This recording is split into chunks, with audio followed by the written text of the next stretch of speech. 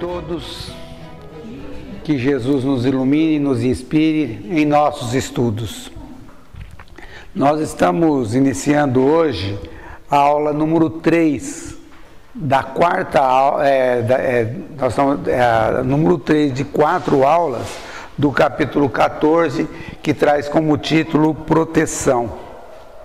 E a gente tem que lembrar de quando André Luiz estava nesse trabalho de observação com o benfeitor Alexandre, e que Herculano, o espírito responsável pelo processo de reencarnação de Segismundo, foi pedir uma ajuda a Alexandre, né?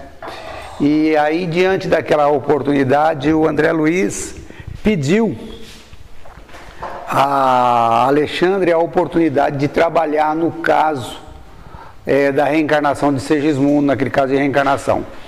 E o Alexandre sugeriu a André Luiz que ele fizesse um curso, né, um estágio rápido pelo Ministério do Auxílio, para que ele pudesse aprender sobre o processo reencarnatório, a fim de que ele fosse útil também nos processos que ele trabalhasse, né, nesse processo de Segismundo. Ele fez o curso e agora ele está numa situação assim, então ele está sabendo que além de aprender, ele também necessita cooperar, né, e é com esse intuito que ele chega nessa noite para esse trabalho no processo de reencarnação de Segismundo e começa o trabalho de magnetização. De magnetização sobre as células, a organização celular do novo corpo que iria formar o corpo de Segismundo, onde Segismundo está para se manifestar na reencarnação. Ele diz que depois de acabar, mais tarde, quando ele acabou o serviço dele, ele procurou Apoleio, que era o diretor dos construtores, para tirar algumas dúvidas. Ele estava com a cabeça fervendo, né, de algumas dúvidas. Ele tinha visto, né, que ele queria saber como é que se fez para localizar, para colocar o espírito, né, ligar o espírito àquele ao óvulo. Como é que tinha sido esse processo? Nos estudos que ele tinha feito, ele sempre soube que quem chegava, o espermatozoide que fecundava o óvulo era o mais apto, o mais forte. No entanto, na noite anterior, ele observou que o benfeitor Alexandre escolheu um espermatozoide para que pudesse fecundar aquele óvulo, né? Ele queria saber também se em todos os processos de reencarnação, onde nasce uma criança na crosta terrestre, se precisa de um espírito da envergadura de Alexandre para poder fazer as coisas acontecerem, né? Apoleio olhou para ele com paciência, com grande carinho, e disse para ele que normalmente passividade, ou seja, a falta de assistência de um benfeitor espiritual, não significa ausência de cooperação. E falou para ele a respeito do automatismo, ou seja, da atividade mecânica e subconsciência, cujo automatismo traduz as conquistas das experiências multimilenárias da alma encarnada. E então ele explica que quando Raquel, né, aceitou a tarefa maternal, ela fez com grande decisão e com grande obediência construtiva. Dessa forma, a ação magnética que ela imprimiu mobilizou poderes que são naturais, né, à mente dela. E dessa maneira ela situou o molde vivo, ou seja, o perispírito de Segismundo, na forma que ela havia idealizado, né, e que naquela formação do corpo que estava dentro do útero dela. E aí ele diz que nos círculos, né, da mulher é muito fácil ela fazer essa ambientação das forças criativas, e que é tão natural como é natural para o homem fazer a manutenção da atitude patriarcal e protetora enquanto perdura os laços paternais. E assim, percebendo a intenção que André Luiz tinha de escrever a nós, espíritos encarnados, ele começa a dar uma explicação melhor a Alexandre, mostrando para ele que, falando para André Luiz, aliás, que ele teria muita dificuldade, como qualquer benfeitor espiritual, teria muita dificuldade em explicar a adaptação, a ligação, como ela realmente era feita do óvulo com o espírito. Por quê? Porque nós temos a mania de materializar todos os ensinamentos que chegam através do mundo espiritual, né? E que essa era uma ação magnética, era uma ação de aceitação entre o espírito da mãe e o espírito reencarnante. E nos dá um exemplo mostrando para a gente como que funciona com a gente, começando a falar a respeito que nós, criaturas humanas, nos alimentamos de forma mentais uns dos outros, graças à capacidade de absorção que o nosso corpo espiritual tem de fazer isso, né? E que nós não sentimos isso, apesar de nós fazermos isso daí diariamente, a gente não sente a extensão, o impacto dessas absorções que nós fazemos na nossa vida diária. Mas que todos os dias, seja no lar, na via pública, no trabalho, nas diversões que nós fazemos, cada criatura ou cada um de nós recebe o alimento mental que é trazido para nós através dos outros companheiros com os quais nós convivemos, sempre temperado com o magnetismo pessoal de cada pessoa que se relaciona conosco.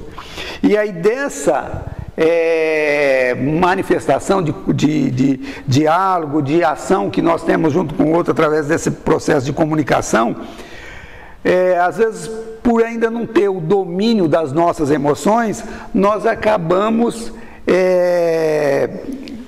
ambientando dentro de nós muitas dessas forças que são emitidas por outras pessoas. E que essas absorções mentais que nós absorvemos uns dos outros acaba provocando em nós alterações no nosso magnetismo pessoal. Alterações no nosso estado emocional, no nosso estado sentimental. Então, às vezes, nas conversas, ou no filme que a gente lê, num livro que a gente lê, num filme que a gente assiste, numa conversa que nós temos, nós acabamos nos contrariando, acabamos ficando eufóricos, acabamos ficando excitados, acabamos ficando indignados, acabamos ficando esperançosos, outras vezes irritados, às vezes muitas conversas nos dá coragem, outras nos dá preocupação, e justamente por causa desse processo de absorção que nós absorvemos das preocupações dos outros que vão alterando o nosso magnetismo. Tudo isso acontece motivado justamente por causa dessas informações e dos relacionamentos que nós temos no dia a dia. E aí, Apuleio explica a André Luiz que quanto a colaboração da atitude de Alexandre junto ao espermatozoide para fecundar o óvulo, para poder acontecer isso de um benfeitor da altura de Alexandre, precisa ter merecimento, né? Se não tiver merecimento, não tem jeito. E nós precisamos lembrar que Segismundo e Raquel e Adelino são um espírito que, apesar dos erros que eles cometeram no passado, quando chegaram no mundo espiritual, eles começaram a trabalhar muito, né? Trabalharam bastante, e assim conquistaram a confiança e a gratidão de muitos espíritos, formando assim muitos recursos no mundo espiritual para auxiliá-los eles. E Alexandre fala para eles a respeito do fator magnético, né? Que o fator magnético prevalece de qualquer maneira, porque a esfera, ou seja, o óvulo feminino, ele está impregnado de atração, né? Ele quer receber o elemento feminino, ele está preparado para isso. E que se o elemento masculino da fecundação está repleto, está impregnado de força positiva, o óvulo feminino está dessa força receptível. Mas se o óvulo feminino, por exemplo, estiver imantado de forças desequilibrantes, o que vai acontecer? Ele vai acabar atraindo para ele um espermatozoide que tem a força compatível com o magnetismo dele. é uma coisa natural do nosso automatismo, né? É assim, em vista disso, a célula masculina que fecunda o óvulo não é a mais apta no sentido de força, no sentido de capacidade, mas sim no sentido de sintonia magnética. É essa que chega lá em primeiro. E aí ele nos diz que cada célula do nosso corpo tem uma individualidade no seu magnetismo. Cada uma tem uma individualidade no magnetismo independente da função que ela faz no nosso corpo, certo? E ele diz que da mesma maneira que a mulher pode escolher o companheiro com o qual ela vai ter um filho, a célula, o óvulo feminino, tem a capacidade de atuar na escolha do espermatozoide que ela quer que fecunde ela, né? Dessa maneira, esse é um processo natural da matéria, do corpo material, da evolução do material. Aí o Apulei esclarece a ele que quanto aos problemas, por exemplo, aos problemas espirituais que cada um tem, as tarefas, as missões e as provas pelos quais os espíritos vão passar, certo? No mundo espiritual, os benfeitores espirituais, eles dispõem, né, de suficiente poder para intervir na lei genética. E quando acontece problema semelhante às vezes, eles acabam interferindo dentro de certos limites, eles têm condições de atuar, modificando as leis biogenéticas, ajustando as disposições, orientando o corpo para que ele possa atingir os objetivos especiais, né? Nós veremos agora, nessa nova fase da lição, a importância, né? A importância do magnetismo e suas variações no trabalho que está sendo realizado com Raquel e Segismundo e a organização celular que formará o corpo com o qual Segismundo se manifestará no plano físico. André Luiz nos diz que nesse exato momento, Apuleio foi avisado de que chegou um grupo de pessoas que pedia a presença dele fora do que ele chama de câmara de serviço, né? Câmara de serviço. O que era a câmara de serviço? Provavelmente a câmara de serviço poderia ser o quarto onde Raquel estava ou a própria casa, né? E a gente percebe que apesar desses espíritos serem uns espíritos já esclarecidos, eles não conseguiram entrar na casa, nem ali. Ou seja, devia ter uma proteção magnética, devia ter um guarda, alguém ali fora, para poder fazer essa seleção de pessoas que poderia entrar. Apuleio, sabendo que André Luiz tinha como objetivo escrever aos companheiros que estavam na crosta terrestre, convidou ele gentilmente para poder sair ou acompanhar aquela conversa lá fora. Apuleio se apresentou ao grupo, mostrando que ele não era conhecido do grupo, né? Que as pessoas eram desconhecidas para ele. Se compunha de duas senhoras que eram amigas de Raquel, a mãe, né? E um senhor que era amigo de Segismundo, né? Que vieram ali com o desejo de fazer uma visita, de testemunhar o afeto, a dedicação àqueles espíritos. Eles não vinham ali especialmente para fazer aquela visita. Na realidade, como quase todos os espíritos, eles vieram à crosta terrestre para amparar e auxiliar espíritos que estavam encarnados aqui na Terra. E aproveitavam a oportunidade e o tempo, né, de folga que eles tinham para realizar esse trabalho de colaborar, ser útil a alguém. Que é o que a gente vê, a preocupação que os espíritos benfeitores têm de estar na prática incessante do bem, em qualquer momento que seja. Apuleio ouviu eles com muita atenção, com muito carinho, com muita cordialidade, com muita receptividade, e depois, assim, com uma surpresa muito grande para André Luiz, Apuleio falou para eles assim: olha,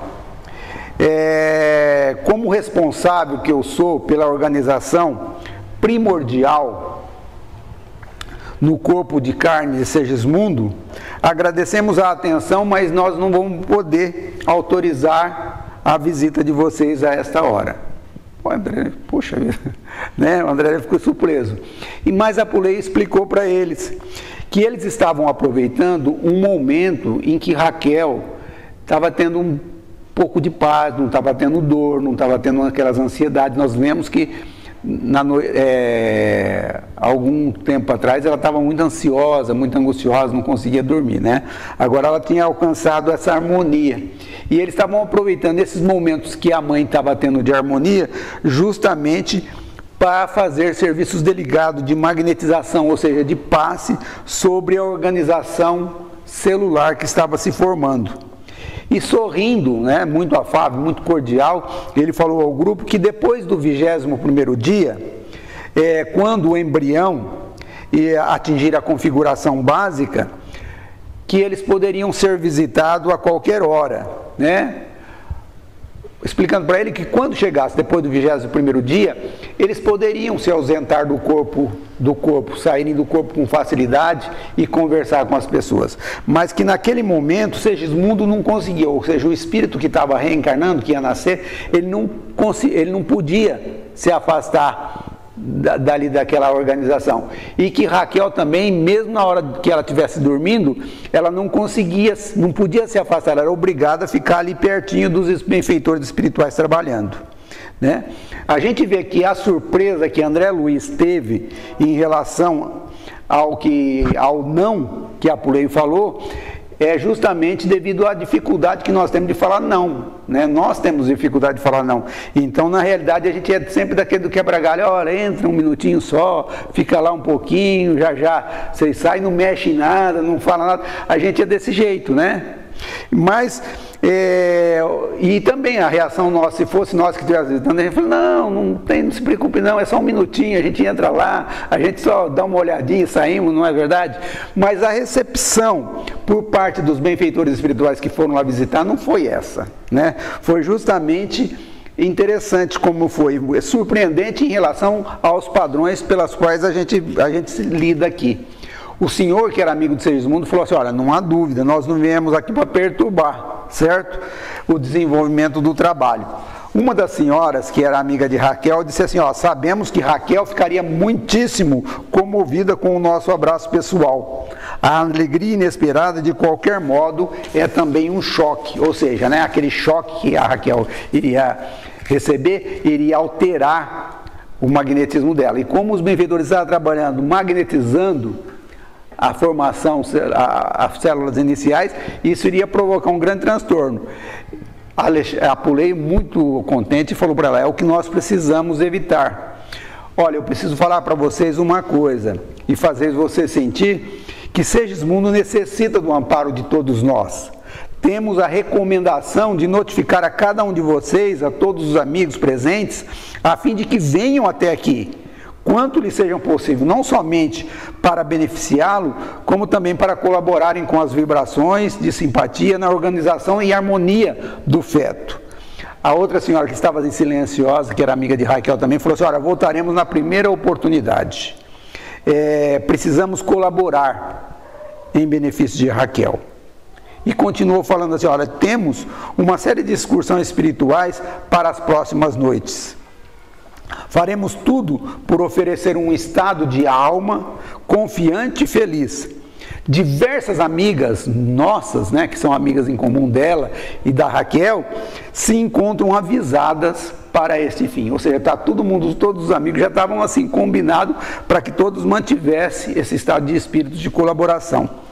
Apuleio, satisfeito, disse, olha, muito bem, respondeu ele atencioso. Logo após, se despediram, né, os visitantes, e André Luiz disse que registrou uma lição muito preciosa do plano espiritual, né? E a gente também, né? Que o quanto que a gente deve ser o nosso comportamento diante de uma negativa, como que nós devemos nos comportar para que nós não possamos, com o nosso magnetismo, acabar prejudicando o andamento de outras coisas. E outra coisa, a forma clara, educada de Apuleio comunicar o não provocou indignação e nem frustração nas pessoas. Muito pelo contrário, trouxe todos à realidade, para uma postura íntima necessária para cooperar com alguma coisa que é uma coisa que a gente tem que fazer sempre, isso aí, né? Esse espírito de colaborar, que é justamente aquilo que nós estamos vendo aqui, que é estar sempre com o foco incessante para o bem. Assim, André Luiz diz que quando eles ficaram a sós, ele e Apoleio esclareceu a eles que eles estavam vivendo assim um momento muito delicado e não poderiam se distrair, ou seja, não dava para ficar conversando com o outro. Primeiro porque o momento era de concentração em forças para poder magnetizar as células que estavam em formação. E não poderia fazer variações no estado emocional de Raquel, nem para felicidade e nem para problemas que ela teria. Assim, André Luiz nos esclarece que depois dessa lição que ele teve, todos os dias, todas as noites, né, ele penetrou aquela câmara de serviço e de trabalho reencarnacionista, aprendendo e cooperando, né, de uma forma que ele pudesse conhecer de uma maneira melhor a generosidade de como nós somos tratados pelos benfeitores espirituais e como é a sabedoria e a bondade de Deus para conosco, e que se manifesta em todas as coisas de nossa vida, né? E assim, ele observou a cooperação magnética, esse trabalho de magnetismo, para favorecer cada célula que era formado nesse embrião, certo?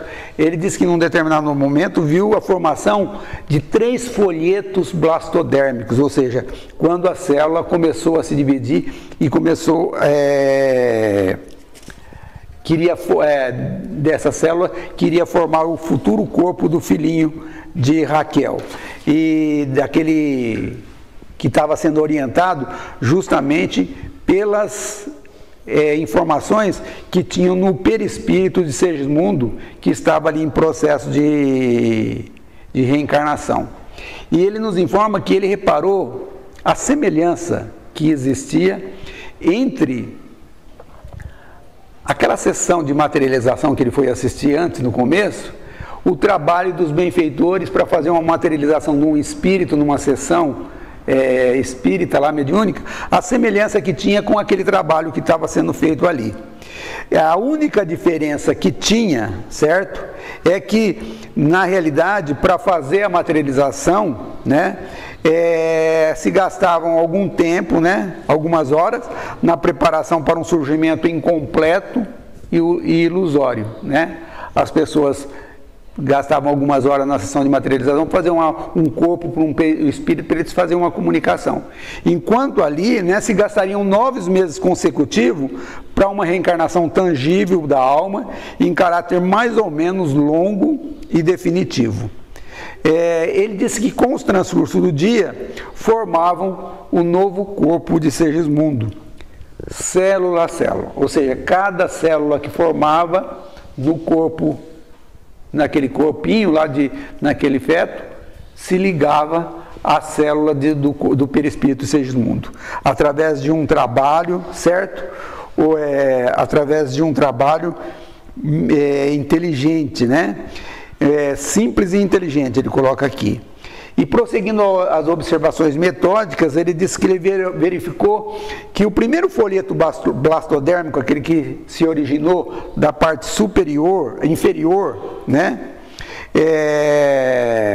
utilizando as informações disponíveis no perispírito, né, no molde vivo, no perispírito de Segismundo, ele começou a se enrolar, apresentando assim os primórdios do tubo intestinal, e ao passo que o folheto superior, né, o mais acima, tomando o mesmo impulso, enrolando, começou a formação dos tubos epidérmicos, que daria todo o integumento, todas as peles e todas as partes superiores externas do nosso corpo, e também ao sistema nervoso.